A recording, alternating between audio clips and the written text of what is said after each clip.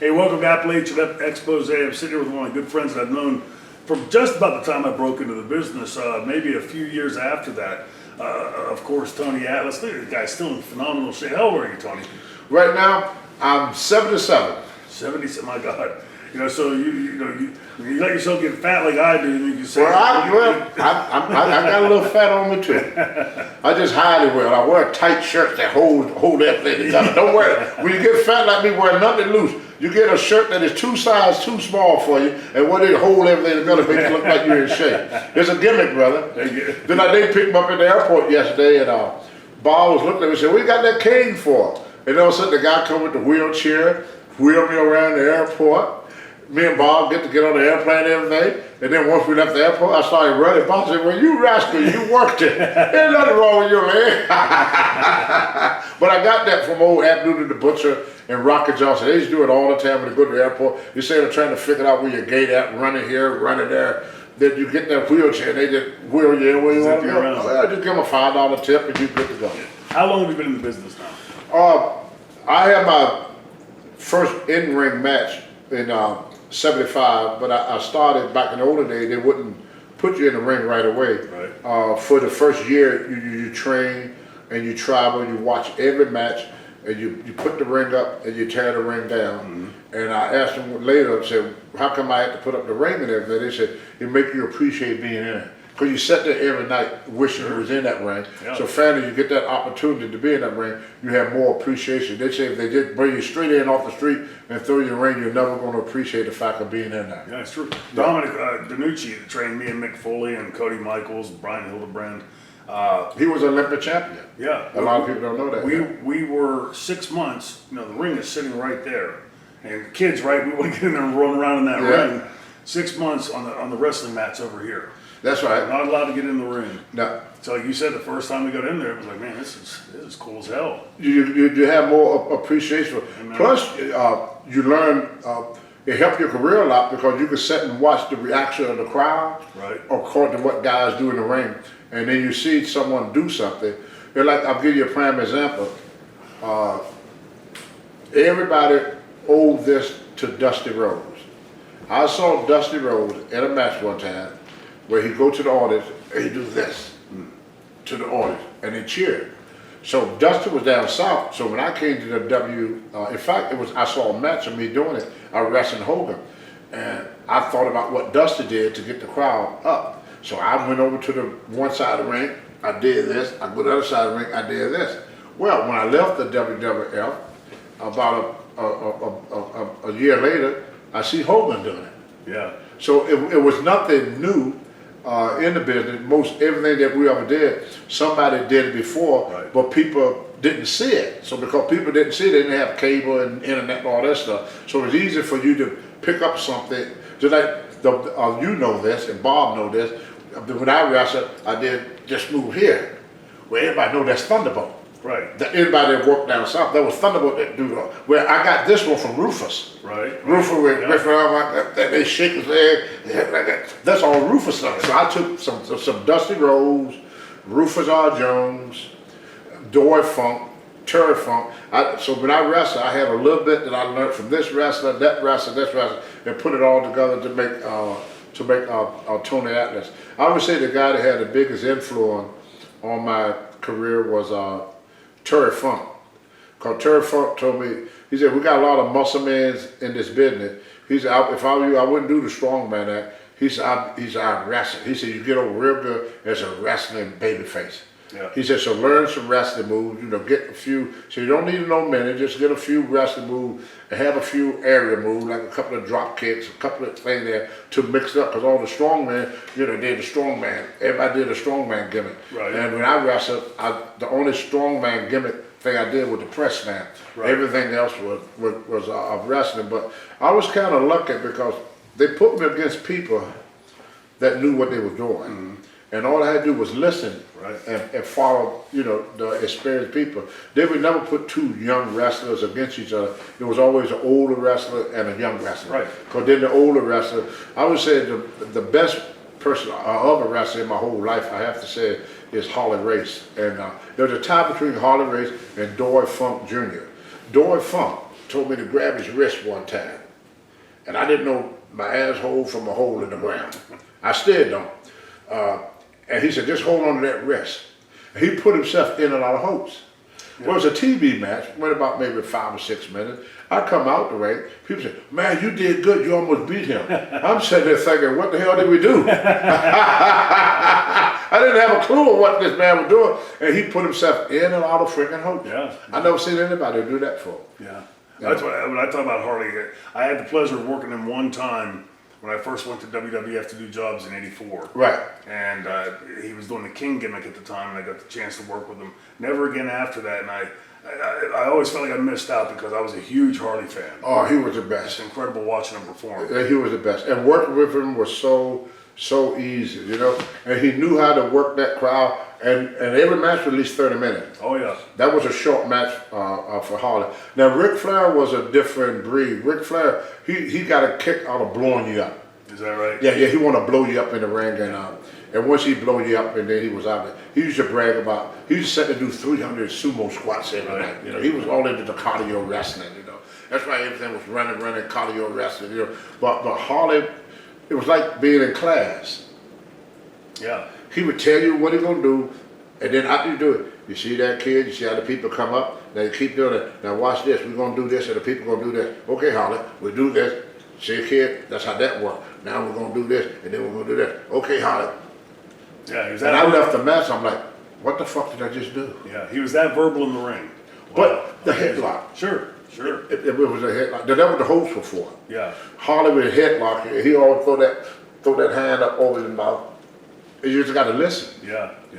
You know. I always remember Harley. And he would say, if you got a kid, give me the office. I said, give him the office. Right. And then you do it. The thing I used to love watching Harley, every time it hit a vertical suplex, boy, those legs would be pinpoint straight to the ceiling, right? Yeah.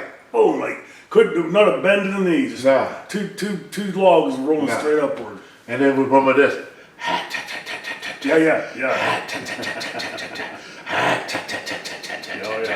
I remember one time we was wrestling me and Harley, and the people on the front row was going.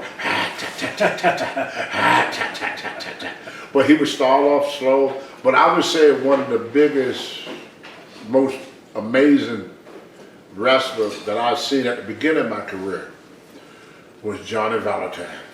Yeah. I mean, I thought I was watching something for real. Yeah. I never seen anybody that would stir his opponent down before he get in the ring. When he come through that curtain, like if he's going to wrestle Bob Orton, he'd be looking Bob right in the eyes the whole time. And he would not take his eyes off his opponent. Yeah. From the dressing room to the ring, he's stirring right. People hollering and screaming and saying things to him, and he would like this laser on his opponent. And then he climb into that ring. And I remember this.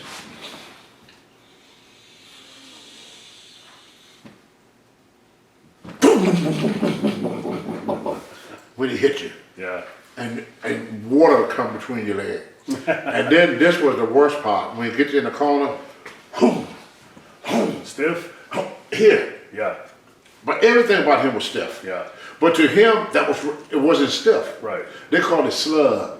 Yeah. All the guys was tight like that back in them days. There was no, when you got somebody that wear loose, it was like, I can't even feel this guy. Yeah, don't sell, right? Yeah, you didn't even know how to sell it. It was so loose because Johnny was slug. Johnny Weaver didn't like them slug matches. He was always saying, I don't know why them guys so stiff out there. The crowbar. He said the people don't feel nothing. Yeah. But then most of the heel, especially when outside the ring, lay a man kid. Oh. I hit Gene Anderson one day with an elbow, and he was a tough SOB. Oh, yeah. Gene Anderson said, you with them big arms of yours, is that as hard as you could hit me, you freaking see? Yeah. So I gave him a good elbow. Yeah, lay a man kid, that's how you do it, kid. Yeah. And then one time we had to get juice, he said, we got to get it the hard way. So he take my head and run it, they had a little screw that he stuck out on the pole there. Right. He run my head into the, and get it open. And then once he saw that little trickle of blood, he go to work on it.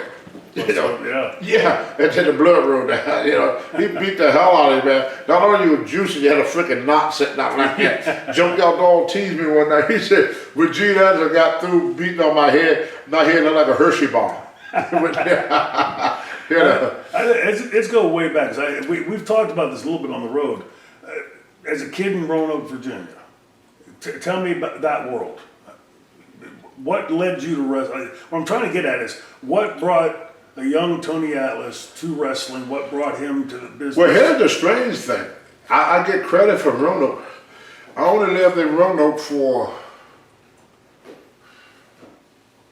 3 years of my life. I was born in Clifton Forge, Virginia, which is in what's called the Allegheny Mountains. Yeah. It's close to here. White Sulphur Spring. I used to walk there. West Virginia? Yeah. White Sulphur Spring, West Virginia. We used to walk there. That's how close I was to West Virginia. So I was born in and then I was raised in a little town called Lowmore, Virginia. And then we live in Covington. I know you hear of Covington. Yeah, Covington, Virginia. We lived there for a while. And then I got, the government started getting involved in families back in the day, black families. So they said my mother couldn't take proper care of all of us kids. So they took me and sent me to what they call the Virginia Negro Baptist Children's Home out in Chesterfield County. That's out near Petersburg, Virginia. How many brothers and sisters altogether? There's 5 boys and 4 girls. So I got 4 brothers and 4 a sister. So they sent me to the Virginia Negro Baptist Children's Home out near Petersburg, Virginia. And that's where I got strong at because we worked on a farm. I used a sling blade every day. I walked behind a mule named Tom. I used to go and milk cows. I haul hay. And they didn't have a hay baler. So you had to take the hay and throw it up on the trailer there. One day, snakes be in there. Oh yeah. Snakes be in there. And you have to wear a long sleeve shirt. I know what a fan of snakes you are. No, no, they have to. You have to wear a long sleeve shirt because that hay would scratch your arm up if you don't. Yeah. So one day this snake, it was only half of it. The thing cut him in half. So that gum snake went down my arm. I started pulling my clothes off, running through the field. By the time I got to the other end of the field, I was butt naked. The white guy was sitting up on the tractor that we used to go to work for. Every time he come to get somebody, he said, "I want that boy there." He said, "I never laughed somebody." He said, "He's going to do something." He said, "I don't know what it is, but he's going to do something." Have me laugh with his days out. And so every time he's always coming to get me, and I did. I always just did something goofy crap that nobody thought of, Sure. You didn't expect. That was just Tony. I'm just whacked, And then what I did, when I came back from the Baptist Children's Home, I got on the wrestling team. I was on the wrestling team at the school there, and I started wrestling for Jefferson High School as a JV. Got junior varsity started in the 7th grade. And I was in the 6th grade, I was going to be in the 7th. And so they started letting me come into school to work out with the wrestling team. And then I wrestled for a while. Then they closed Jefferson High School and turned it into an elementary school. So then that's when they were doing the integration. So they was integrating the school. So then I ended up going to the best school in Roanoke, which is Patrick Henry.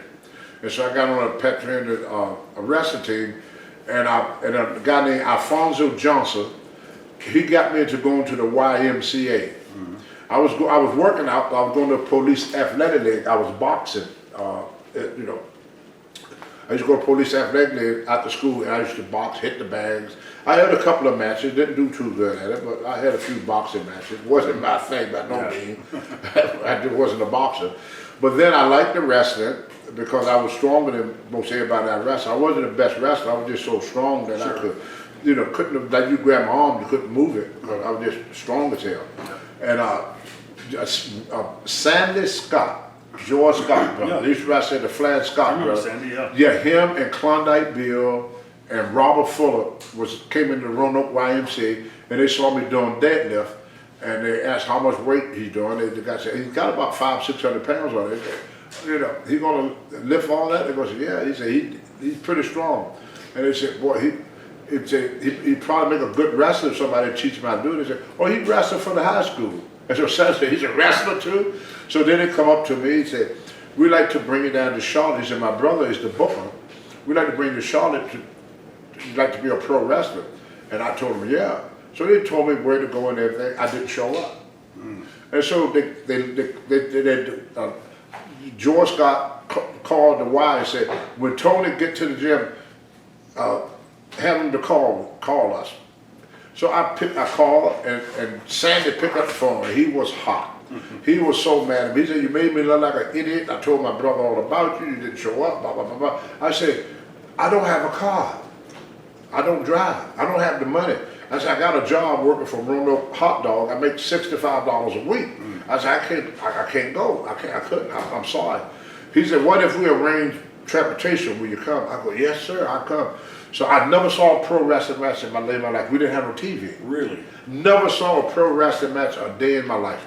The first wrestling match that I saw, I was in it. Because we didn't have TV.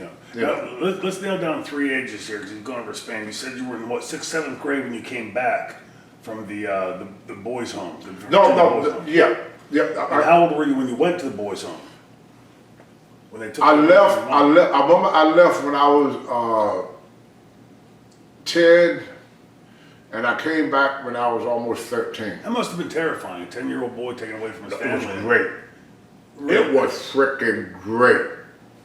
Brother, my mother went to work at 7 o'clock in the morning, came home at 2, went back at 11. We didn't have dishes in my house. The only time I got a meal, I had to set up until 11 o'clock at night, and all the leftover food from her job, she would bring home. And we didn't have dishes in the house. My mother would spread newspaper on the floor, and we'd take our hands and we eat the food. It was all mixed together and stuff. We did eat the food with our hand. I had the same pair of pants I started school with, I finished school with. We didn't have nothing. My mother worked 2 jobs. She made about $30 or $40 a week. God. A week. And the only reason we had a place over the roof of our head, my grandfather used to work for the North and Western Railroad. And so when he died, he left my grandmother a pension. But the pension was on like $100 a month. That was just enough to pay the utilities. Right. So we were living off my grandmother's Social Security pension, and then whatever my mother did. So we did odd jobs. Like if I wanted to get something to eat, let's say I go to work for Chris. Chris may not give me no money, but Chris would give me a dozen of eggs. Or he may give me a basket of tomatoes or some cucumbers. And whatever we got, like sometimes they would give me some bread and tomatoes. I give it to my mom. My mom would take the tomatoes and cut them up. And she'd break up the bread in there and she'd sprinkle some sugar in there, mix it together. That was our meal. Wow. So I never had a real meal. Well, when I went to the back of the children's room, I got 3 square meals a day. I slept in a bed. My mother would buy us a bed to sleep in. And I had to sleep in bed with my brother. Because everybody couldn't have their own bed. So I slept with my brother, you know. And she couldn't afford sheets, so she slept on the mattress. And then when the mattress get wore them down springs at night would stick you at night. We should have rats, a lot, not roaches, rats. There were rat holes everywhere. Yeah. And at nighttime, you see the rats running across the floor all night long. These was old slave shacks that they had that were left over for days of slavery, and the floor was dirt. So to me, it was heaven. Yeah. I mean, for the first time in my life, I could take a shower every day. Yeah. The first time I brushed my teeth when I went there, I never brushed my teeth before in my whole life until I was 12 years old before I even brushed my teeth. We didn't have all that luxury, deodorant, all that stuff. I thought it was freaking fantastic. Wow. I went in, I was 138 pounds when I went there. I came back, I was 185 pounds. 50 pounds. And I had 16-inch biceps. And that came from pulling a crosscut saw, swinging a double blade axe, cultivating, and walking behind a mule named Tom and Susie Q. And I rode horses, we had cows there, we had chickens, we had pigs. I learned how to slaughter a hog. We take that 22, shoot him between the head, jump over the fist as quick as you can, slit his throat so the blood run out, don't clog the meat, take them testicles out before he died, because that would poison the meat. Right. Then we take that old hog, we put him in a half tub of hot water to get the hair loosened up, and then you scrape all the hair off him, you cut his ganglions, hang him up there, and then you cut him down the center there, open him up, and there's a little bag like this. Yeah. You got to get that out. if that pop, it spoiled the whole meat. No kidding. Yeah, it was a little bit. So I learned how to gut animals and stuff. And then they took me hunting with a 10 gauge shotgun, and we hunt rabbit. Yeah. Go rabbit hunting and stuff like that. I went fishing for the first time in my life. Went to church, had nice clothes to wear. I was in heaven. Well, the time you were at this home, were you still in contact with your family? Were you able to see your mom, No, your brothers no, and sisters? no, Really? no. My mother never had a phone. My mother didn't have a phone until I started wrestling. We never had nothing until I started wrestling. Yeah. You know, and then I came back. I got a job, and the place that stayed there is the Roanoke hot dog stand. And I was always able to get a job because the hardest job in the restaurant there were pots and pans. Yeah. And people don't realize this. A pan is hard to clean. It's the hardest thing in the world to do. You wash it, and then the guy would come back and he would do this. And he'd feel a little bit of grease. This one needed to be done again. Because it will fire you. Oh, yeah. So you had to get all the grease off of them. And it took some time forever to clean one pot. So and then from there I went into the Baptist Children's Home. And that when Tony Atlas got created, I came back 185 pounds. I had 16-inch bicep before I even lift weight. Then Alfonso took me to the YMCA, and this guy named Randy Booth and Jackie Cooper, they had a powerlifting team. So they got me on the powerlifting team with them because they needed, moments for it. And I said, well, I don't have no money to go, so Jackie Cooper, he's a white guy, Alfonso was black, and Randy Booth was a white guy. Mm-hmm. And they took me to Hopewell, Virginia for my first powerlifting meet. And they just opened up a 220-pound class, and I did 350 pounds on the bench. I did 480 on the squat, and it was 3-something on the deadlift. And I won the contest, and I was so proud. I came home with that trophy, and then, so I kept going with the guy. But they paid for everything. Wow. I didn't have no money. Yeah. They paid for everything. Then another guy named Steve Ages, God rest his soul, he died about 5 years ago of throat cancer. He got me into my first bodybuilding contest. And then I stopped when I got into wrestling, and I started back in bodybuilding because of Tim Woods. There was a gym called Dot's Gym in Atlanta, Georgia, and Tim Woods was in the gym working out, and he saw all the guys come in for the weigh-in, for the contest. So Tim Woods went over and entered me in the contest. Tim Woods, Mr. Wrestling number one. Yeah. He was Mr. Wrestling number one. And he got me into the contest. He said, Tony, you can win. He said, I looked at all them guys. I don't think none of them got a butt about you. I think you can win this. And then George Scott was afraid of me going. So when Tim Woods at the end of me, he said, now you got to do me a favor. Don't answer the phone. And I said, why? George told me that I have a day off. The Crockett told me I have a day off. He said, they do that all the time. They tell you you can have a day off. And then right before, on the same day, they would call you and tell you they need you somewhere. Right. And so, sure enough, I didn't answer the phone. I went to the contest. I won the contest. And George Scott said, well, where were you? He said, we've been calling you all day. One of the guys didn't show up. We couldn't use you. And I almost told him, but I knew to keep my shit. I started laughing underneath my breath, like, when Tim Woods told me they're going to do that. Yeah. And they always try to block you from doing something else. So then I just started entering bodybuilding contests and powerlifting contests, because now I had the money to, to do that. Like I won the Mr. USA in 1979, and I started wrestling in 74. So it was, it was 5 years after I got into wrestling business when I won the Mr. USA. And the only contest that I ever lost was the Nationals. And I lost that because I was involved with cocaine at the same time, and it caused me to lose more muscle mass than what I should have. I remember one guy told me, said, well, I'm glad he didn't come in as big as he was before. And I knew that. I mean, me and Ivy Pusker were with me on that same show. Yeah. He started competing. And I got Ricky Steamboat in his first contest. In fact, it's a tape out of me and Ricky. He won the Mr. North Carolina, him and Slooker.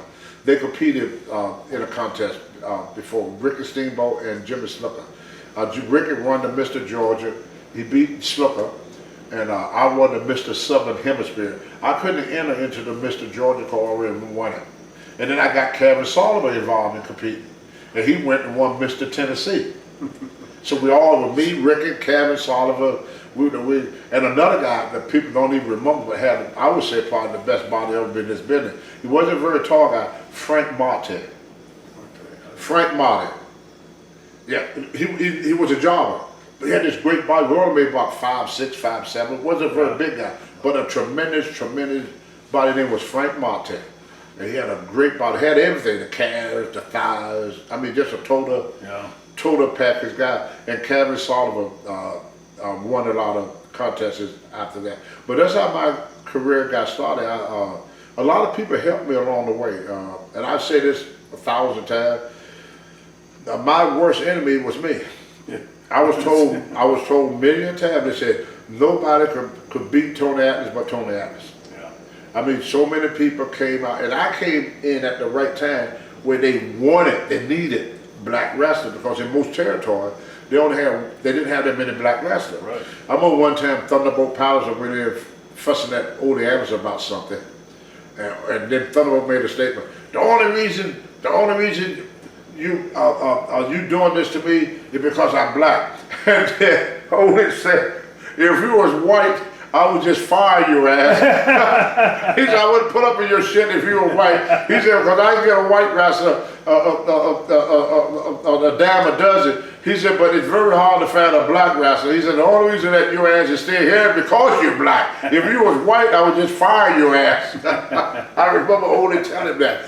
And at that time, it was pretty much true. They didn't have many black guys that got involved in the wrestling business. They were mostly more involved in football and basketball and stuff like that. Not because the business didn't want them, they just was not.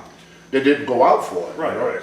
Yeah. So now when you, let's go back to you going, they send you the transportation, you get down to, was it Klondike Bill, where they told me to meet. I'm sorry, I didn't miss all that. You have to keep me on track. You know how I do. I'm all over the freaking place, you know. I'm fascinated. Yeah. Well, what happened was Alfonso took me to the Starland Arena in Roanoke. That's where they used to do the shows at. And then once every now and then they do the Simpsons, but mainly with the Starland Arena. The promoter was Pete Apostolou. And so I went there. They told me to meet Klondike Bill. So that night, Alfonso shook hands. My mom gave me $20.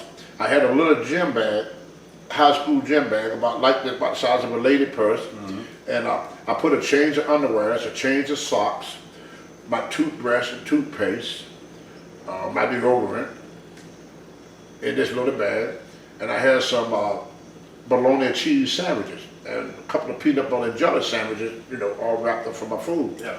I got in the car with Klondike Bill. He took me to his hotel.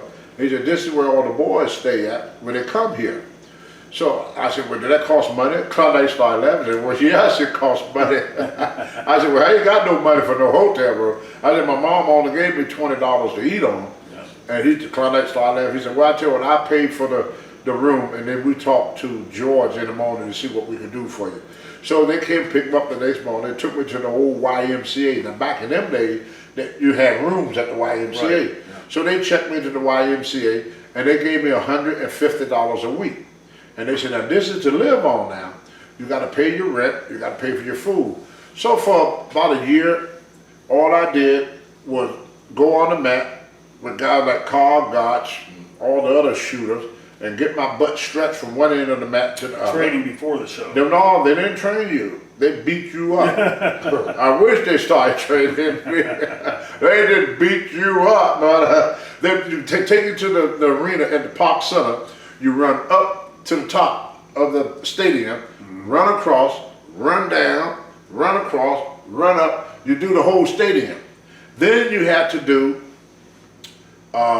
push-ups and sumo squats to a deck of cars. So whatever number came up, like the dark cars were squats. If it came out black, it was squats. If it came out red, it was push-ups. And if you got a face card, it was a 20, and a joker was 30. So if you get a black queen, so whatever number, that's what you have to do. Then they put you on the mat. So guys would come down like like Gene Anderson. Larry Sharp was in charge. He was the main guy that was running. Larry Sharp there. He started school, you know, Monster Factory, Monster Factory. Yeah. So he would come down, and then they would put you in matches. When they first put me in match with Bob Breggers, me and Bob Breggers was against a guy called Art Nelson. Now, Art Nelson had a back about that wide. And he was into the stock market. Very smart man, but just a brute. And they was Art Nelson. Bob probably remember Art Nelson.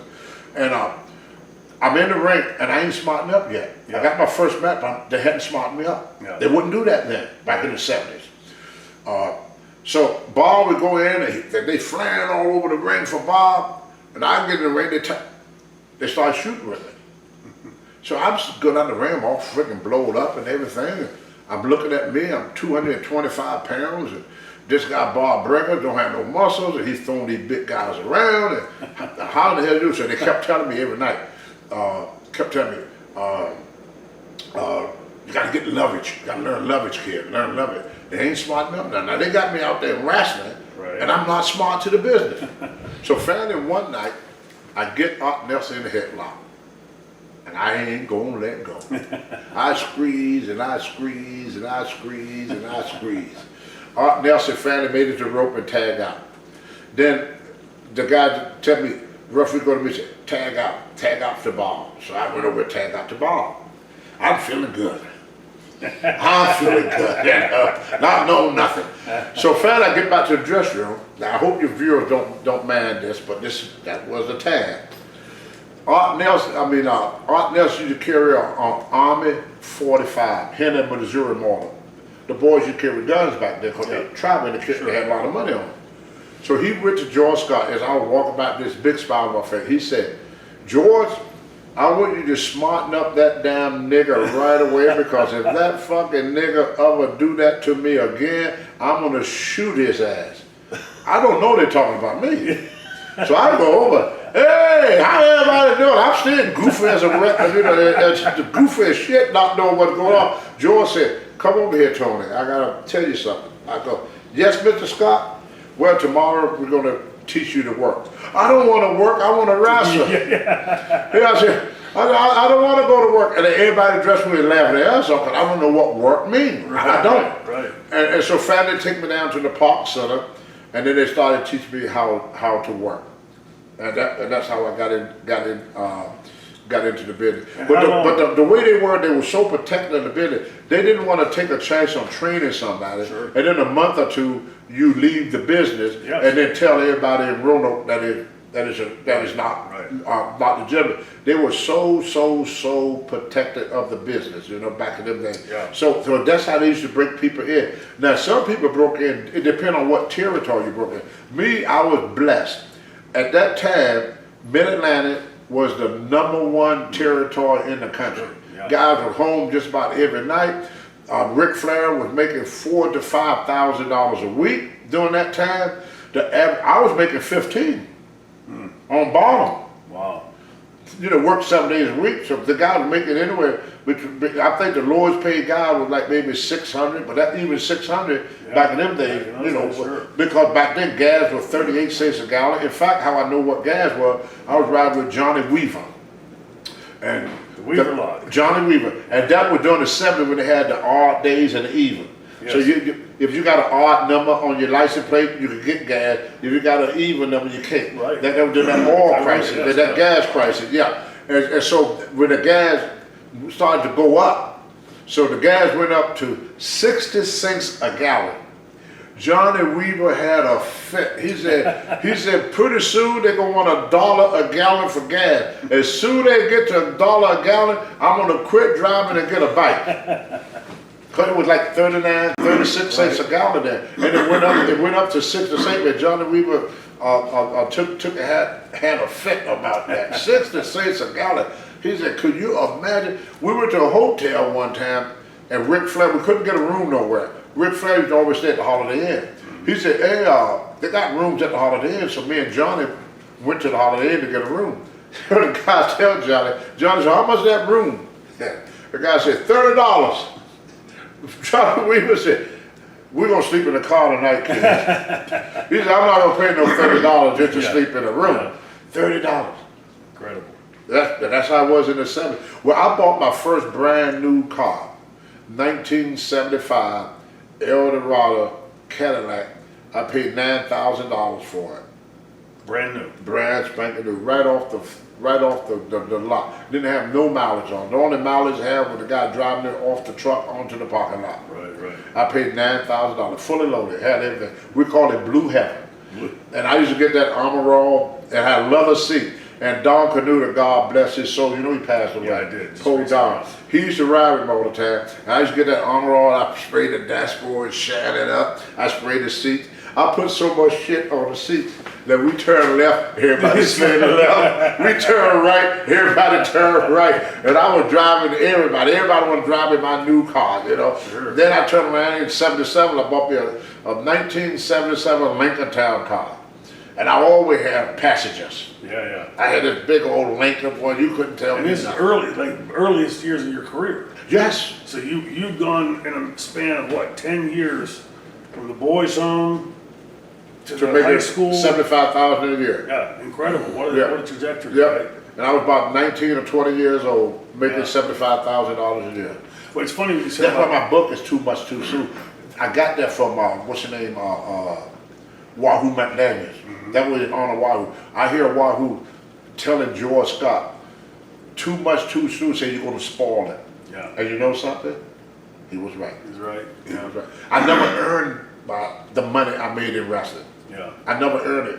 It came too quick and too easy. I didn't know what I was doing in the ring. I was having matches and guys like Bob Orton Sr. and Johnny Valentine, all these guys, they was leading me. Yeah. All I do was follow them. And they were doing it. Right. They was making me, you Yeah. know? And that's why it was too much. I didn't know how to wrestle. It was the body. Mm-hmm. Sure. They went strictly on the way I looked. And I couldn't talk worth a damn. I mean, you see some of my old interviews, I mispronounce words, and you know, me and Rufus R. Jones couldn't nobody. I remember one time a guy was watching me on the interview, and the guy said, "Hey, you're on TV." So I turned. First time I saw myself on TV, I had this big afro, and the guy at the store said, "I don't know what the hell you're saying, but you telling them." He's like, "I can't understand a damn word you say, but what I mean is you sure is telling them." And I remember, and that's when the guys tell me, "Say you need to slow down and take the time so people can understand you." You know, and I get talk, blah, blah, blah, blah, you let me tell you something, I'm gonna come in that way, I'm gonna beat your gun, I'm gonna do that, blah, blah, blah, blah, you let me tell you something, blah, blah, blah, blah. And he said, "I know something about Mulligan, Yeah. but the rest I don't understand. I remember Mulligan." And I remember the guy telling me that. He said, "Yeah," he said, "I didn't understand." But I got the big head, and I screwed it up. Well, easy to see how that could happen. You know, Too much too soon. As a boy, what you'd gone through. Yeah. And suddenly there's, 75 grand in 1975 is a boatload of money. Yeah. Thrown in your lap. You Yeah. said something earlier about They're like 150 today. if not more, yeah. If not more, yeah. So you'd said about how those guys, and I always reiterate this to the kids, or iterate it to the kids when I'm doing seminars, about how protective those guys were in the business. I mean, and think of from their point of view. This is our bread and butter. This is making you 75 grand a year, and you're a young punk. Yeah. So they're going to protect that. They don't want everybody to know how the lady gets cut in half, because that might make that 75 G's go away. That's right. So Mick and I were, Dominic was from that generation, right? So, Dominic and Bruno, they were always around at Dominic's school. And Dominic would always put me and Mick Foley on the first match, have a good curtain jerk. Not that we really knew what we were doing, but we just worked well together. Mm-hmm. And we were in Warren, Ohio, and standing in the hallway waiting for the introductions, and I hear somebody yell "kayfabe," and I honestly thought somebody's yelling for a woman named kayfabe. I'd never heard the word. Mm-hmm. And Bruno's in the dressing room, the Samoans, the Valiant brothers are there, a whole bunch of those guys from that generation. Well, somebody yells a few minutes later, "Kayfabe, goddammit!" And Mick and I just kept talking, right? And Dominic comes over with those big paws and smacks us both in the ear and pulls us by the ear in the shower. He's madder than hell. And he goes, you two think you're fucking the superstars don't have the kayfabe? I said, "Dominic, I don't know who this woman kayfabe is." And he goes to smack me again, like covers. "Why do you keep hitting me?" And it registered in his head then, like he got like a sheepish look on his face, and he said, "You don't know what kayfabe means?" And me and Mick looked at him like blank stares, and he went, "It means get the fuck away from the person you're working with," and walked away. That's how Mick Foley and I learned what kayfabe meant. Those guys protected the business. That is so funny. I learned it pretty much the same way. We in Raleigh, North Carolina doing TV, and Mark walked into the dressing room, and I kept talking, Yeah. and everybody hollered kayfabe. I kept talking, and Rufus, our freight train Jones, Yeah. said, shut up. He said, whenever you hear the term kayfabe, shut the fuck up. Yeah. So that's what I learned. I learned it from Rufus R. Jones. I've been in the business. Yeah. They smart you up slowly. Yeah. Now the guys know everything before they had their first match. Right. But back then they are what it was a slow process. But I wish that I had got my break 3 years. I wish I had, in other words, paid my dues first. Sure. I never paid my dues in this business. Used to stop and think about me and Tommy Wildfire Rich. Neither one of us paid our dues. Yeah. I mean, from the Barnett wanted young talent for his TV in the early 70s. He saw me and Tommy. They brought me in as a mask. I come in not knowing nothing, beating everybody. Right. Step right in. I stepped right in. See, like Bob Orton, he worked his way up. I didn't. Right. They started me off on top. I think I worked on Bob for about 3 months in the business. Yeah. After three months in the business, I was a main event. You look at all them early pictures of me in the mid '70s with Ken Patero. We've been in the bars and everything. Right. Only been in the business about a year. Really. And I'm going against Patero. Yeah. Well, It was just because when the guy that I told Bob this, I think what really helped me was a guy named Thunderbolt Patterson. He was the top black guy, and he gave him trouble. He wrestled when he wanted to wrestle. He left when he wanted to wrestle. He was making $2,500 to $3,500 a week, working only 4 days. He would only work the big show. He worked Augusta, Columbus, Atlanta, and TV. He wouldn't go to Macon, he wouldn't go to Rome, he wouldn't go to Athens, he wouldn't go to none of the smart shows, just the big show. Yeah. And he was making over $3,000 a week. This is in the 70s. Yeah. Well, if he didn't like something, he wouldn't sell for nobody. He'd just get in the ring and beat people up and wouldn't sell for them. And he was making good money, but he was a good draw. Right. He drew the crowd. People liked him for some reason. So one day, he told Ole Anderson, either get rid of Tony Atlas or I'm quitting. Ole said, I'm not getting rid of Tony. So next thing I know, I was under the mask as Black Atlas. Tommy Rich came in. It was just fate, I guess, from Tennessee. And Abdullah just came back from Japan. So they brought in Tommy because they knew with this young, good-looking, blonde-headed white kid getting beat up by this big black monster was going to get a lot of heat. Sure. So that's what Tommy was coming to, just put Abdullah, go around the circle with Abdullah and get Abdullah over. That was Tommy's job. Tommy came through that curtain and every freaking woman in that place went absolutely ape. We're in the dressing room and Ole said, what in the hell is going on out there? So all of us get up out the dressing room and go to look. And they said, it's the kid. He's walked through the ring and they're trying to hold people back and the women go, well, like you think Elvis was, like Elvis freaking concert. It was at the Atlantic City Auditorium. So anyway, I go back in the back to take my boots off. The match went maybe about 5 minutes and Abdullah started getting juice on Tommy. Ole come running the dressing room, get your black ass out there and run Abdullah off. Huh? Get your black ass out there. You know how Ole Anderson talk. Yeah. Come on, you fucking drizzling shit from rain. You do what I said, get the fuck out and run Abdullah. Now I'm like a young kid run out there not knowing nothing what to do. I said, what am I gonna do when I get there? I ain't have no idea how do I get there. So I jump in the ring and Abdullah had never been slammed a day in his life. Yeah. He looked at me, his eye was as big as 250 cents piece. He was scared to frickin' death. The people was coming to the ring. Sure. So Abdullah said, slam me. I go, huh? Slam me. I picked Abdullah up to give him a slam. My mask was loose. My mask came off. And it was funny, I had a big afro like this. I had this mask on. So as soon as I took the mask off, the fucking hair go, poof! Poof! And one of the guys was telling me about how the orders at when they saw that, It's funny.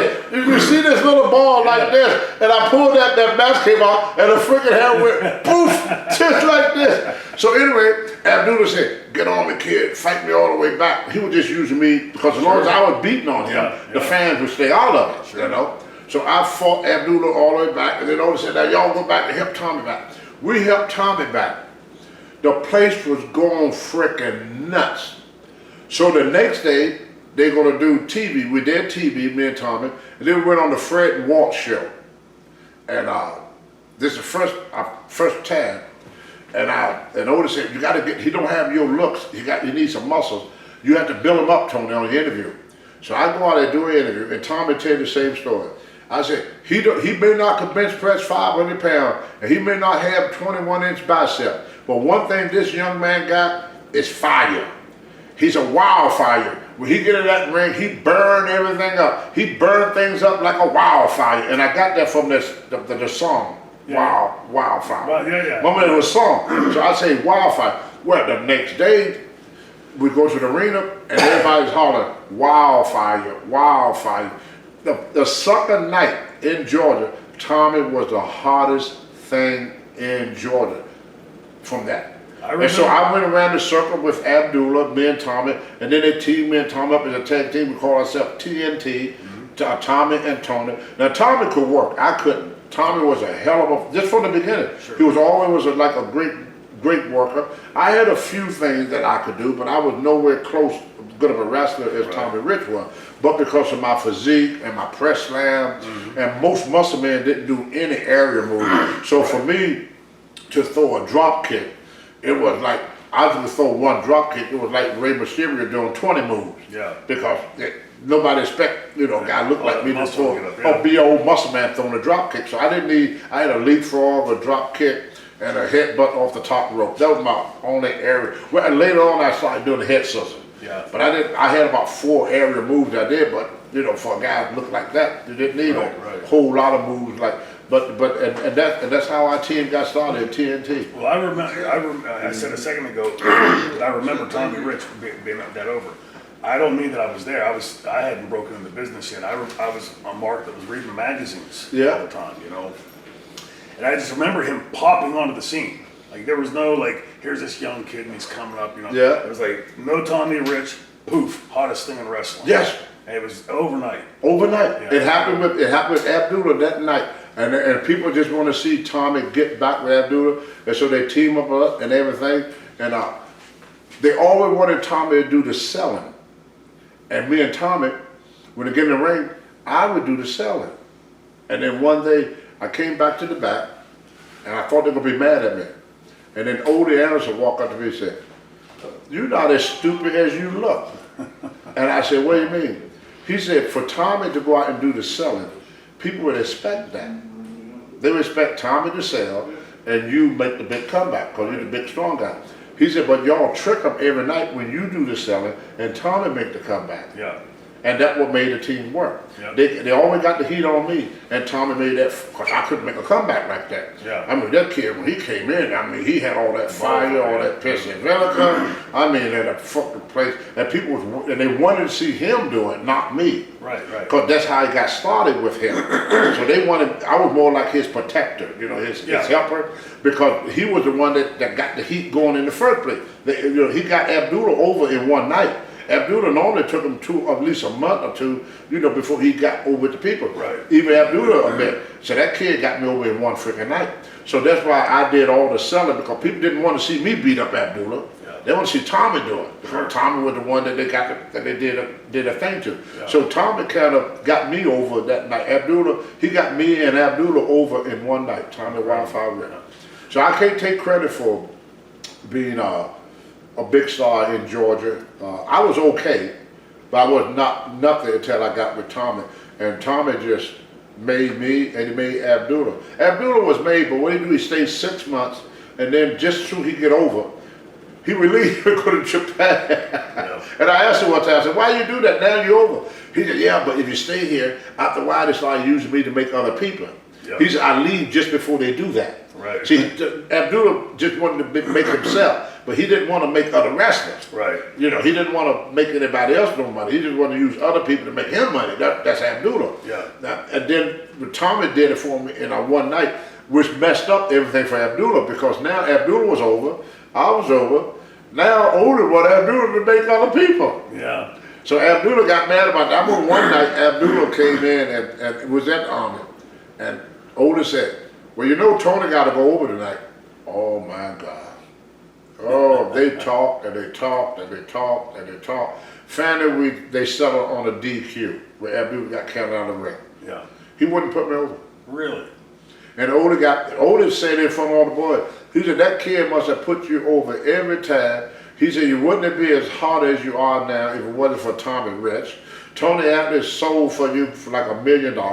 And we asked you to do one thing for Tony Atlas and you can't do it. He said, what's wrong with the brotherhood now?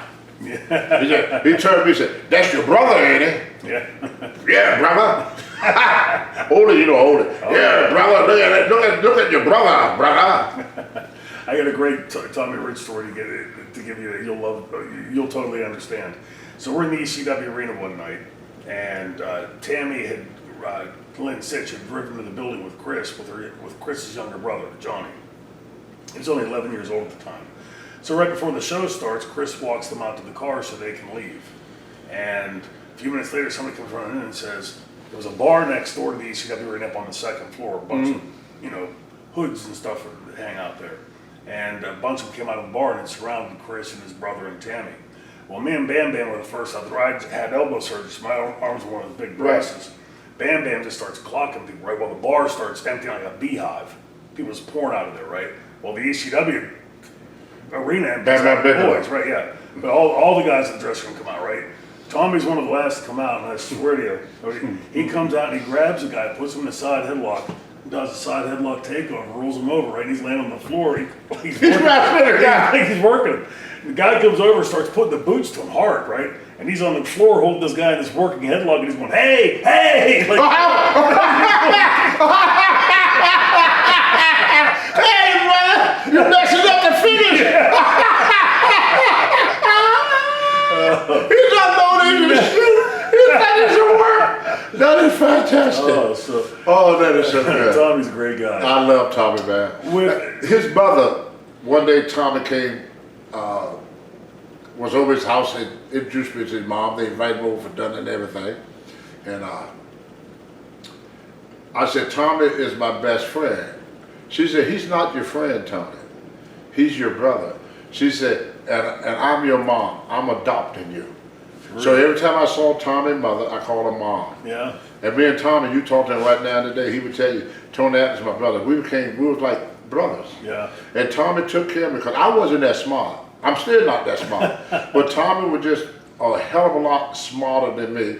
So we would ride up down the road, he would tell me things, he would talk to me about stuff. Right. We get high together, we fought together. Sure. We even screwed the same women together and everything. We was as close as two people could possibly get. Yeah. Before Tommy got married, I knew a girl came in, she had sex with Tommy, and Tommy said, now you go take care of my brother. The girl said, no, I just want to be with you. If you can't be with my brother, you can't be with me, get out.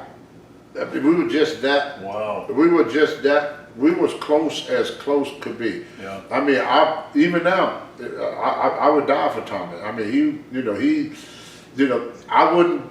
I got as far as the best thing happened to me that night was teaming up with Tommy. Yeah. Cause Tommy knew things. Right. Yeah. I'm an old country boy from the hills of Virginia. You hear my story. I didn't know nothing, Only I knew how to plow a field. Yeah. I knew how to do a sling blade. I knew how to use a bush axe. You got to learn from a half snake. Yeah. I knew how to wrestle it. I knew how to get undressed when a snake was going down my freaking tell you that. But as far as knowledge, I had no knowledge of the world. Yeah. And he was from this, not really the big city, but he was from Knoxville, Nashville. Yeah. Yeah. So he had a little bit of outside experience. I knew nothing. Right. Absolutely nothing about nothing. I'll tell you this quick story, and if y'all talk to Ricky Steamboat, he loved this story. This is the Ricky Steamboat favorite Tony Atlas story. I was wrestling George Two-Ton Harris, Bunk Harris. And George Scott told me before the match, he said, look, you're going to work with Bunk Harris. He's going to take care of you. I want you to listen to him now. He said, but I'm going to bring you back next month against Blackjack Mulligan. He said, but Bunk going to get you over tonight. I want you to listen to what he said. So he said, I want you to shine tonight, Tony. I want you to really I want you to really shine tonight. I said, okay, Mr. Scott, I'm going to shine tonight. So I get in the ring. Every time I started to make a comeback, Bunk Harris would go, not yet, kid, not yet, kid, not yet. So I said, okay. So finally, the referee come over and said, take it home. Young was his name. Tommy Young. Tommy Young. Yeah. Tommy Young. He said, take it home. So Bunk said, okay, kid, let's go home. So my finish back then was a sleeper hold before the press slam. I throw him into the rope. He get me in the headlock. I throw him in the rope. He come. I leapfrog him. I leapfrog him again. Then I give him a drop kick, throw him in, put him in a sleeper. I feel good about it. Okay, get my hand raised, shake my ass, jump up and down, just like George Scott told me. Yeah. Get back to the dressing room. George Scott is mad as hell. Get the fuck in here. What did I tell you to do? He said, didn't I tell you to shine? Didn't I tell you to shine? I said, Mr. Scott, I usually have a bottle of baby oil. Rick and Steve O and Wahoo McDaniel and Paul Jones hit the floor. George was not mad at me no more. He started laughing. The whole dressing room just freaking fell apart. Rick and Steve O said, George, you can't get mad at him. He was shining. He was shining. I didn't know what it means, like the kayfabe. Right. Because they had different terms in the business, and they would smart you up a little bit at a time. Yeah. That way, if you leave the business, you can't expose to other people. So you learn everything inch by inch. Need to know basis. Need to know basis. That's how it. Keep your mouth shut, do as you're told, and don't be late. There were the three major rules, and unfortunately for Tony Atlas, I broke every down one. I ran my mouth, I didn't do what I was told, and I was late for most of my matches. Well, you tried to do what you were told. You were told to shine, right? Yeah, I did shine though. I was shining, and you know, and another funny story too that you're probably going to hear. I had to correct Rickett about it because he was there too. George Scott said, "You got to become independent, kid. You can't depend on all these wrestlers for rides all the time." He said, the guy you ride with, he may be booked in this town and you in this town. He said, if none of the boys where you at is going to your town, how you going to get there? So I went to learn how to drive. I said, okay, Mr. Scott. So he said, my wife got a car that she want to get rid of. I let you have it, and we take so much out of your check every week to pay for it. I said, oh, thank you. That way I didn't have to go to the dealership there. He said, he said, I got the sticker on the car. He said the car is already, the insurance is already paid for the next 6 to 7 months. You know, and I said, oh, so I got a car with insurance and everything. He said, you just got to go down and get your license. So I went down and Klondike Bill helped me to get my license, and Johnny Weaver, they took me down there. Johnny Weaver taught me how to drive, and another guy that taught me how to drive was Don Serrano. Don Serrano was a little Puerto Rican guy named Don Serrano. And I used to ride with the boys, and then at night they would get on the passenger side. They said, okay, kids, started driving. I remember the first night I drove, Don Serrano, I'm driving his Cadillac, and I said, we're going there, I'm going this way, cars just come in this way. So I wake up Don, he go, what's wrong, what's wrong, what's wrong? And I said, there's cars coming. He said, yeah? I said, what I gonna do? He said, just stay on your side. He said, do not go on that side, okay? I said, okay. So I didn't know what to do because I saw this car coming toward me. Now I messed up, and Don don't fell asleep on me before he teaching me. Then he don't fell asleep on me. Then I said, no. There's a car coming. He said, yeah, there's cars out here. And I said, well, what the hell am I supposed to do? He said, well, first of all, you stay on this side of the road. And he was afraid to go to sleep the whole freaking night. So he told George, you got to get somebody to teach him. So every time I rode for a guy, they would get over, put me behind the wheel. Then I went down to do my license and everything. Johnny Weaver went with me to help me, because I couldn't read that good. I'm not even now. I'm not. I'm not a good reader. I always had trouble with reading and spelling and stuff like that. Always had problems with it.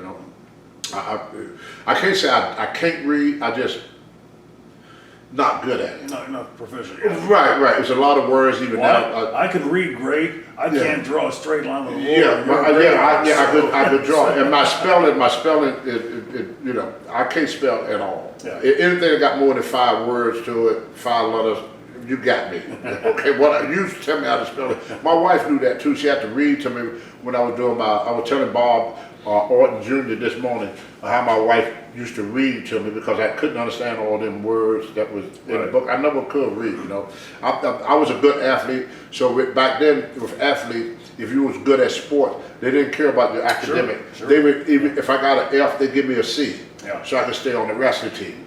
So that's how it was. But anyway, they taught me how to drive. I learned how to drive in this business, and I learned a lot. So it was the best thing that ever happened to me, and I'm still making money today off of what I did in the 70s and 80s.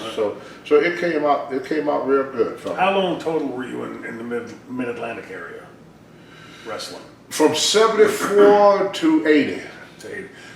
And was it straight to the WWF at that time? Because I remember. No, Georgia. Georgia first. Georgia, I was going back and forth between Georgia and Charlotte. And then I went to the WWF in 1980, and I stayed there until 83. Then 80 to 84, and then I left there and went to AWA in 84. Came back to the WWF. They shook hand me again, and I went to AWA. And then Vince got me to leave Vern to come back to him to jar me out. And then I went to Puerto Rico. And then from Puerto Rico, Texas, and Puerto Rico and Texas. And then Brody got killed. We put me with ICW again. And then Vince brought me back to do the Saba Simba thing. And that was pretty much it. Pretty much after me and Rocky lost the belt. That was pretty much the end of my career at that time. So it was a short career, but no fault of the promotion. It was mainly, I just got out of control. I mean, Wahoo warned him. And George Scott didn't mean no harm. He just wanted to help me. He just wanted to help me. And he had no idea that I would have turned out to be one of the biggest assholes that, he even told me, he said, I hope I didn't create a monster. Yeah. It was his word. He was broken hearted. Every time somebody told him what I did, it just broke his heart, told him all to pieces. Yeah. George, he cared so much about me, he wanted to do so much, and I think he always felt guilty. He always wished that he had took his time with me. Right. But he just pushed me right in there. He thought that I could handle that much success. You need to go from making $65 a week to $1,500 a week. Sure. I was a main eventer in 3 months. Yeah. I never worked on bottom for it at all. There aren't many people that would go Came through in that, on top. that wouldn't have been ruined by it. Yeah, he ruined me. I remember Hulk Hogan telling me one time, back when he was a heel, and I wasn't supposed to be riding with him, but he gave me a ride anyway, because I was so stoned that nobody wanted to give me a ride. And Hogan told me, he said, I've seen a lot of people that work their way from the bottom to the top. He said, you're the first person I met, Tony, that worked their way from the top to the bottom. And who told me that? I remember, it's a great segue, because I wanted to bring this up about Hogan. Whenever I was a kid watching wrestling, I remember when he was a heel. Yeah. Because he was first caught my attention when he was working with Andre, the big Andre mark. But I remember you working with him. I remember on the front of Pro Wrestling Illustrated, you pressing him over your head. Yeah. And Hogan was what, 350? 340. 40 at that time? 340. And was that your idea? I mean, I'm sure. No, Vince Sr. Really? You know what my deal was with Vince Sr.? No. If you could press him, you could pin him. That was Vince Sr. That was my deal with Vince Sr. He said you could pin anybody you could get over your head. Wow. So did you pin Hogan on that? So that was Hogan's first bump. Really? Big guys didn't go off the ground. Right. Didn't take bumps. 300-pound men did not take bumps back then. Right. Think about it. Yeah. These guys didn't go for these body slams and stuff like that. That's why it was a gimmick. You slam John Studd, you get $1,000. You slam Haystack Calhoun, you get this. Like Abdullah, I gave Abdullah his first slam. Right. Abdullah's ain't never been slammed since. I mean, them guys, you didn't bump them big guys back there. Angelo Mosca, none of them guys, Blackjack, they didn't take them bumps. Yeah, there were some monster guys. Yeah, none of them big guys, they didn't do that. That was part of their gimmick. Because you can have a match, let's say with King Kong Bundy, at the end of the match, you would try to slam him, try to bump him, try to bump him. That was the match, just trying to bump him. And so once King Kong Bundy hit that ground, from that one bump, the freaking place came unglued. Sure. So if you could bump him easily, it means nothing to the people. Exactly. Yeah. So these guys would take only one bump, but it was in the comeback. Right. When you make the comeback, you give them the slam. Right. And that made the match. Sure. So you had a big guy like King Kong Bundy or Bam Bam Bigelow, and then, you know, we would go to slam him and can't get it, go to slam him, can't get it, go to slam, can't get it, and then finally you make that comeback, boom, boom, boom, boom, and you go and give him that big slam, boom, and the freaking place would explode. Right. So that's why they didn't do it. It would have killed the match. Sure. So that was all part of wrestling back then. And so I did Sergeant Slaughter and everybody, and Vince told him, said, if he gets you up, once he slams, because you don't kill a guy finish. Right. Like the wrestling 2 gave you the knee, that's it. You didn't mess with the guy finish. When Slipper come off the top rope, that's it. When Bob Orton gave you the superplex, that was it. When one guy put the sleeper on you, that was it. And your finish move is what made you. You killed the person finish, you killed the person. Right. So everybody knew what my finish was. And none of them would help me. I was gonna say, If you notice, when I got pushed off the shoulder, you see pictures of me, you don't see no hand on the shoulder. Right. Cause I put them up there, cause they didn't want to go up. Right. Cause they know it once I got them up, cause Vince had put the word out, if he could get you up. I remember the best one, and if SD was alive, he could tell you. Cause SD made money that night. King Kong Bundy, when he first started business, he had a gimmick like the one-man game. He had real long hair. He wrestled on his real name, Chris. Really? Yeah. And he came to Appalachian TV to do, in fact, I got a picture of it. It's on the internet. I got sent it to me on my phone. I got it on my phone. He had a purple one-piece suit and had real long hair.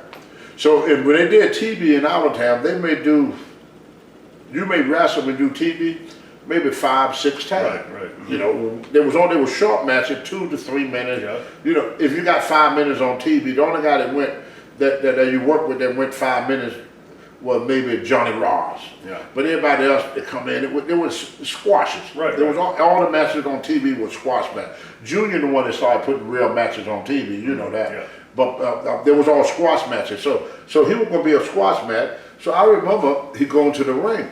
And everybody in the dressing room was getting up, going to the door.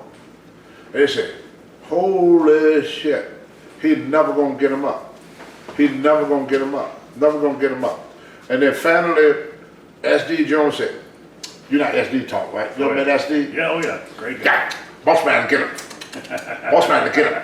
I tell you, boss man to get him. Boss man to get him up. He get him up. He get him up. Yeah. And Chief Star said, how? How are you gonna get him up? Now I hadn't looked yet because you have to stand in the back until they call your name.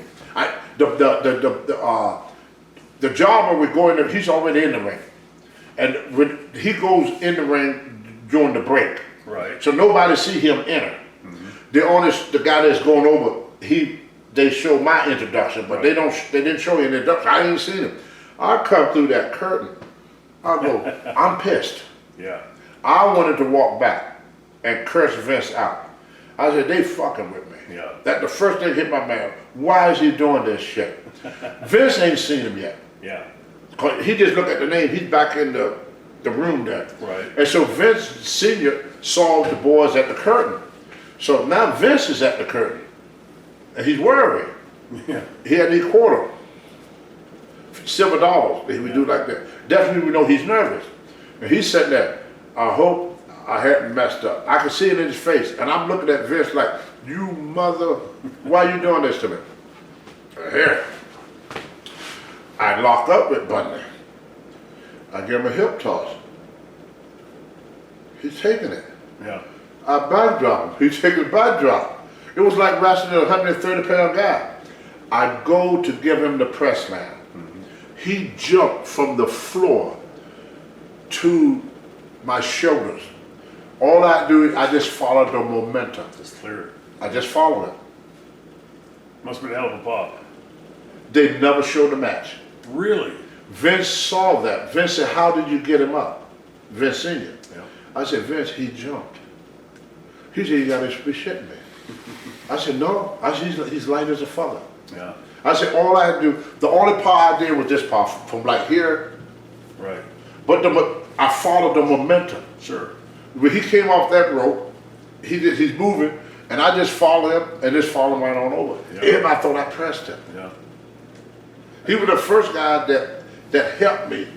Everybody else was trying to stop it. Right. But he wanted a job, so he wanted to make me look good. Sure. But when he took hip tosses and arm drags and his movement, Yeah. Vince pulled him to the side. Then I didn't see him no more.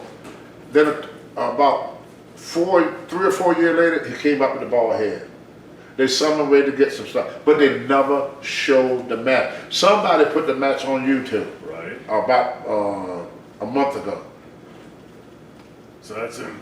And that's the honest God truth. Now I can sit here and lie and say, oh yeah, I pressed Bunny. No, I didn't. No. He went up himself. Yeah. I don't know if any of y'all ever worked with Bunny, but I mean him and Bam Bam Bigelow and Jerry Blackwell. Oh, yeah. I'm wrestling Jerry Blackwell. What was he, 400? Every bit. Every bit of it. Yeah. He gonna call a spot one time. He gonna say, Tony, we're gonna do this spot. I'm gonna drop kick you. You're gonna drop kick me. And then we both gonna go up at the same time and drop kick each other. I said, you gonna do what? Bam! Right in the face. I go, shit. So I drop kick him back. Yeah. And then he jumped up and dropped. I was sitting there like, what? Yeah. I A remember. 400 some pound man is calling a drop kick spot. Yeah. Jerry Blackwell. Yep. Jerry Blackwell was his name. Tell you something else I never told nobody in it. I could whoop anybody in arm wrestling. I used to challenge boys at night. One day old Jerry was sitting there, right there. I like to try some of that arm wrestling you do. That's how you know how Jerry talk. He real country. I said, Jerry, come on, brother, you don't even work out. But I just want to try, see if I can do it. So he put his arm up on the table. Come on, you're not afraid, ain't you? So I went and grabbed his arm, and I tried to slap him down. I said, damn. And Jerry said, if you don't put me down, I'm going to go ahead and put you down. I said, no, you're not easy. I wouldn't let him do it. Yeah. It was like trying to bend a bar. Yeah. And here's a big fat guy, his belly hang down to his stomach, Yeah. drop kick, strong as a bull. Yeah. The business taught me that I'm not the toughest guy in the world. I learned the hard way, but that was good because I got to learn a certain respect. Sure. A respect for guys. I remember one time I got cocky, and I told SD, Andre sitting there playing cards, and I'm sitting there looking at Andre like this. Now Andre is my friend, but I just like challenges back then. Yeah.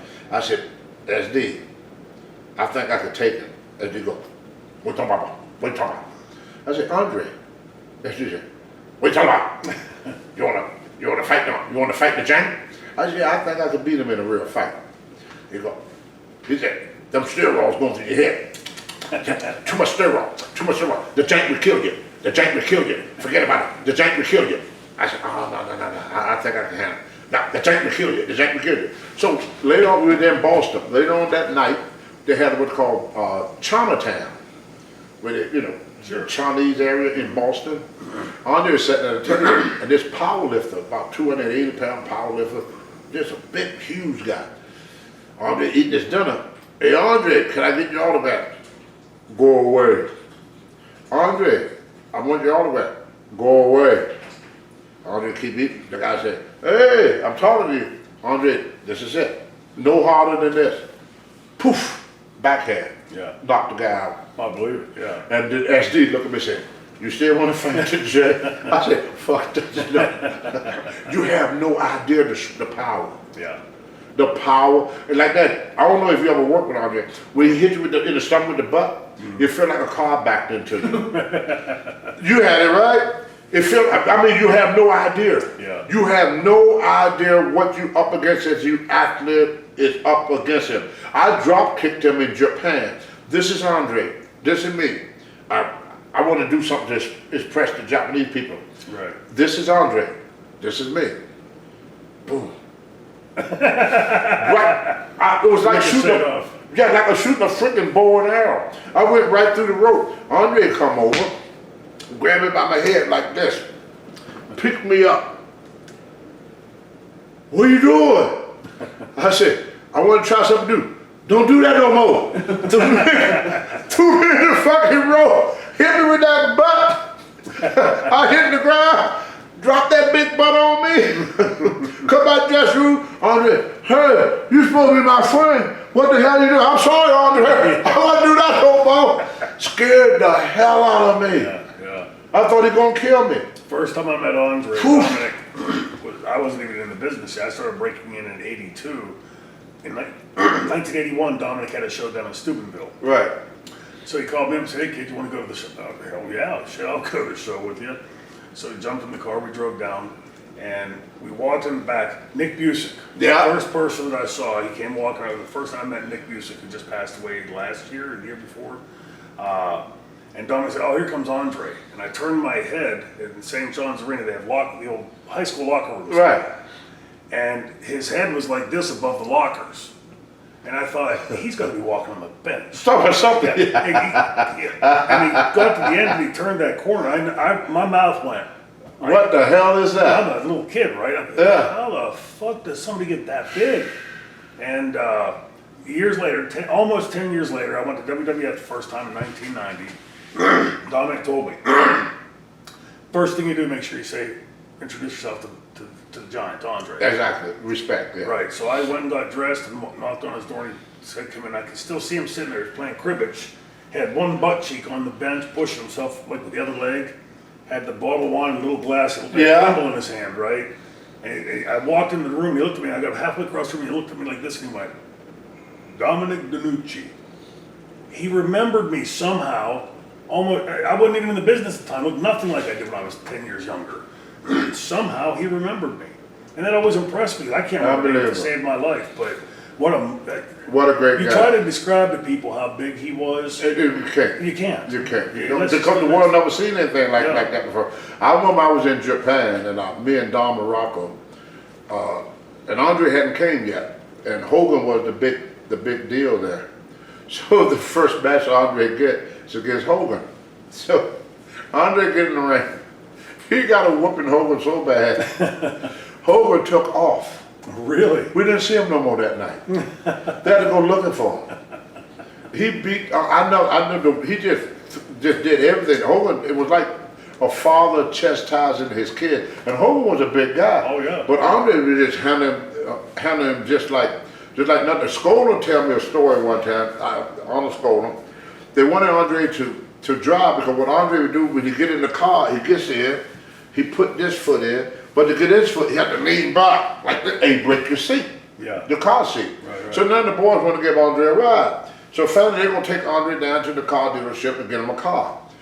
Andre saw this car with the moonroof. Yeah. Oh, this is great. So Andre get in, he sticks his head through the moonroof. He get these goggles because for the Thunderbolt night, they paid for the car. Andre driving, just bought the car. He's driving. And this guy is getting ready to pass him. And he's looking.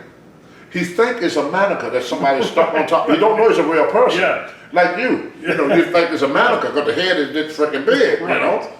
Andre turned to look at him. The guy got scared like this and scraped Andre's car. And he just bought it. He ain't even had a car an hour yet. Now this Spoler tell me, Andre beeping his horn, pull over, pull over. So the guy, being stupid, he pulled over. The guy locked his door when he see Andre coming at him. Andre pulled the door open after he locked it. Pulled the guy out, go to punch him. As he punched him, Scola said he's holding on to Andre's arm. And Scola said his feet is dangling in the air like that. He said, Andre, if you hit him, they're gonna block you up and they're gonna deport you because Andre was not Right, citizen. French, yeah. So Andre let the guy down and go over and flip his car over. Said, you won't hit no more cars today. And flip the car over. Wow. And I go, what? Yeah. I was on the beach one time, we was in Florida, and all of us went down to the beach. And John Studd, Black Jack Mulligan, and Angela Moscas, and one other guy. Oh, all damn big guys, Yeah, right? yeah. They all gonna throw Andre in the water. Yeah, right. Yeah, they tried to throw him in the water. Is that right? Didn't you see? Yeah. Andre laughing. Like nothing. Yeah. Like nothing. Brother, I've never seen nothing like him in my life. Never saw Remember a what man the like terrorist that. said to me? And the nicest, if he like you. Yeah. If he likes you. I gotta tell this story. I hope you don't mind the language. But you know Dick Murdoch. Yeah, oh yeah. Dick Murdoch always used the term nigga. Always used it. Yeah. I like Dick. I love him. So I was in Japan and you had to, in order to, they would keep your passport, but you want to buy something, you have to have your passport. So me and Don Morocco and Aaron Sheep went and got a passport, but we want to go shopping. This is our last week, so we want to go shopping and get some stuff for the family. So they gave me my passport. Well, in Japan, when you go to the show, you have to wear a jacket. You couldn't go there, like they do now in sweatpants. For the big show, even in New York, for the gardens or the Coliseum show, you have to wear a suit, Right. And they changed it now, but that's how it was. You had to dress up for the big shows.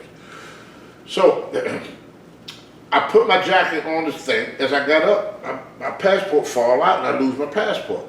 So I had to go to the embassy to get another passport and everything. I get back to the arena. We get on the bus to go to the next town, and Andre's sitting in the back drinking his beer. Hey, boss man, come here. I go back and you sit with Andre. So I go, because Andre liked me. Yeah. You sit with Andre. So all the wrestlers getting on, Andre staring at that door. I said, oh shit, what's gonna go on? He's staring at that door, he's drinking. Then Murdoch get on the bus. Hey Murdoch, I hear you lose your passport too. Now we got two dumb niggas on the bus. He just called Murdoch a nigga. And I go, oh my goodness. Murdoch sat down on the bus. Oh, yeah. There, didn't say a word. Sure.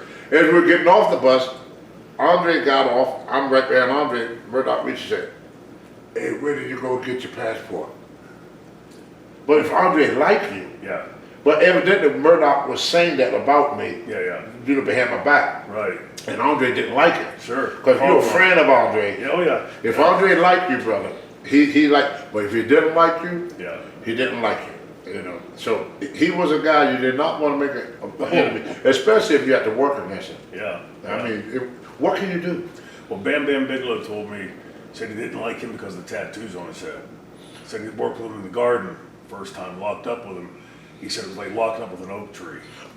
Yeah. And he said he took him, put him over, put his head on the top rope, Yeah. and pushed his head all the way to the apron. I said, what'd you do? He said, I thought I was gonna die. It's nothing you could do. Yeah. It was absolutely nothing anybody could do with that man. I don't care what anybody said. If Andre did not want to do something, and you know what the funny thing about Andre? I was wrestling. He didn't like Big John Studd, but Vince started that. Vince started calling Andre, giving John Studd Andre gimmick. Yeah. He started calling him the jank. Remember? Yeah, oh yeah. Andre said, it's only one jank. Yeah. One jank. And him and Studd got along great before that. I wrestled against me and Andre in the Meadowlands against Ken Patero and John Studd. Well, I'm in the ring, me and Patero, we having a good match and everything.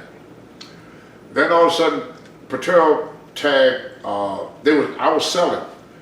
He tagged John Studd in, to get some more heat on me. Right.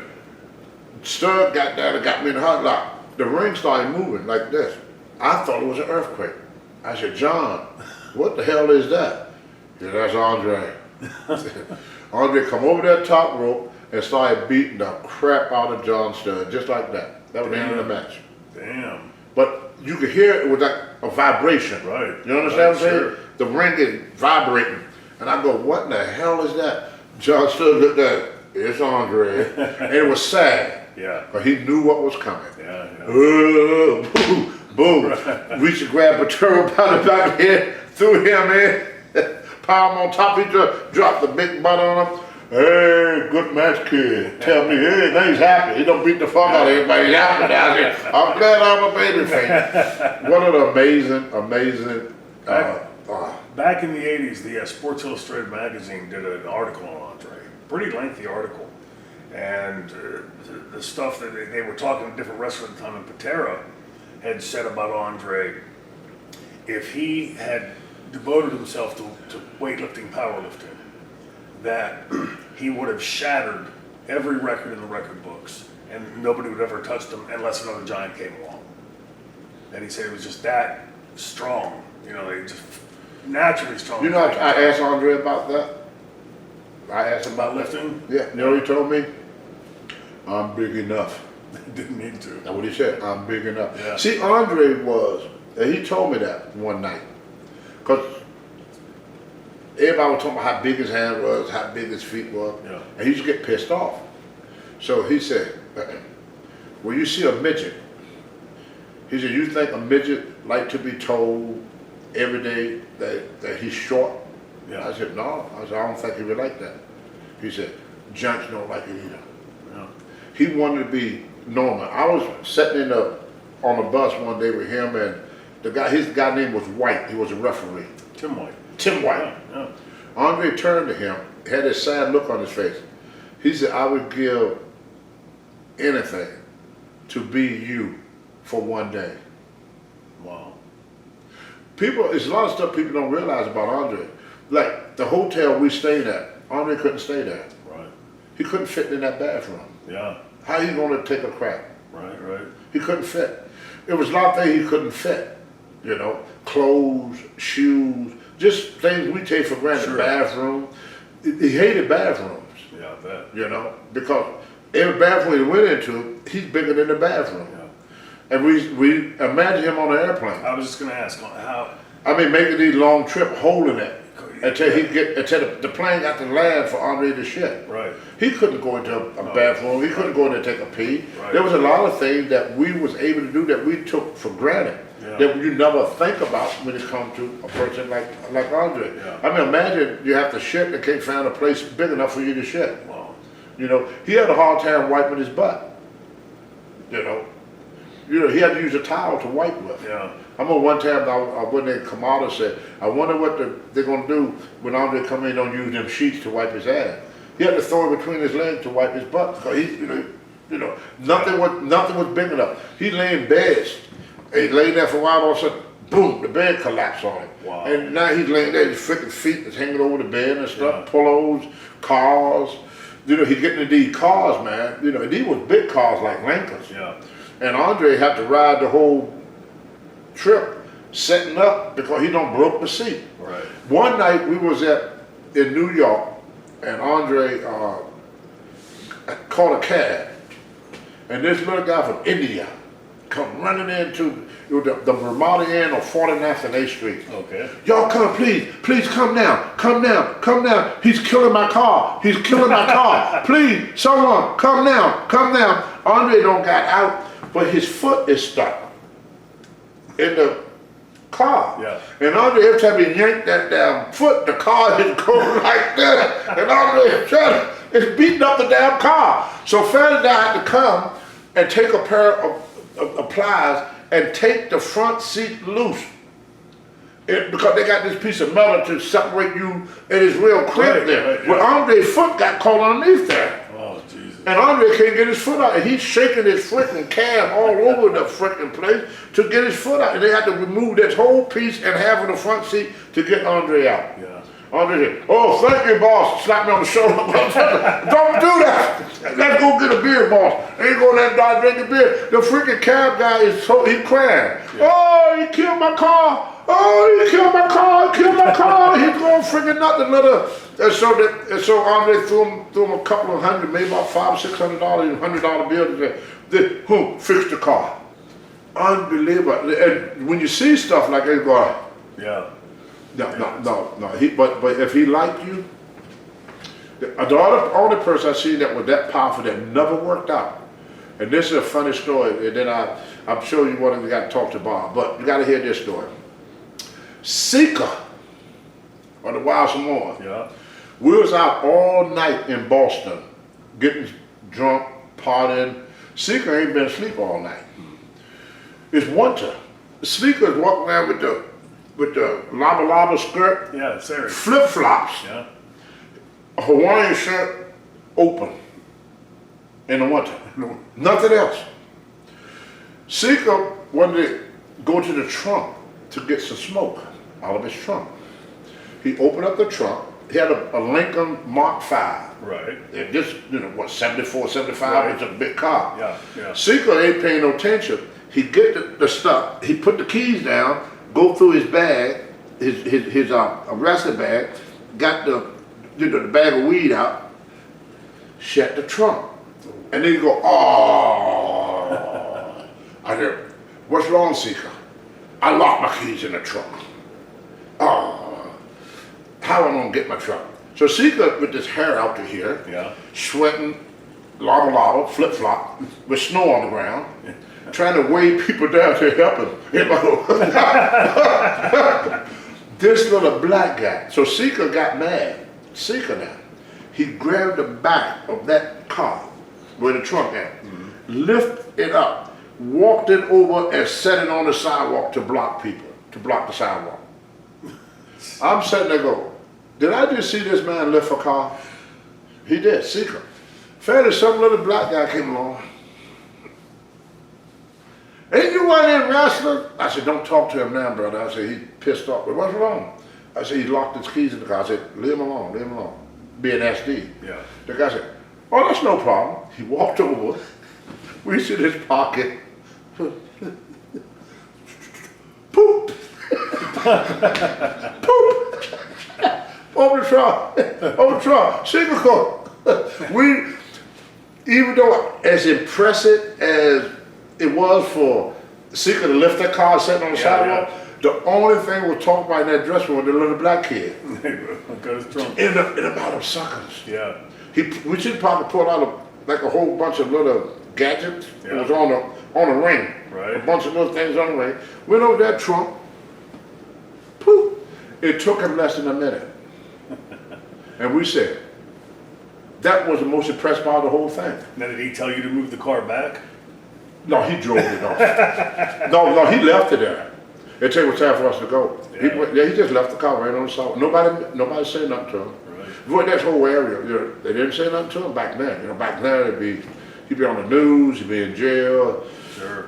Yeah, Bernie Sanders be there fussing. I had to throw that in there. That's a perfect way. That's a perfect place for us to wrap up. We have some great political discussions sometimes, so it's Yeah, that was, I just couldn't believe it. We thought about that all night. yeah. I mean, couldn't nobody sleep we couldn't sleep thinking that somebody could go into your freaking car Yeah. that easy. Yeah. Just seconds. Yeah. And this kid is walking the street. Had the stuff and gone. Yes. And they could do it in seconds. Yeah. Well, we didn't have it back for a second episode. So we had a lot more to talk about. Oh yeah. It's always great to talk. This was great. Yes. Tony, I want to thank you for being here. And Thank you, my friend. Expose. It's always great to see you, my friend. Thank you very much. See you next time.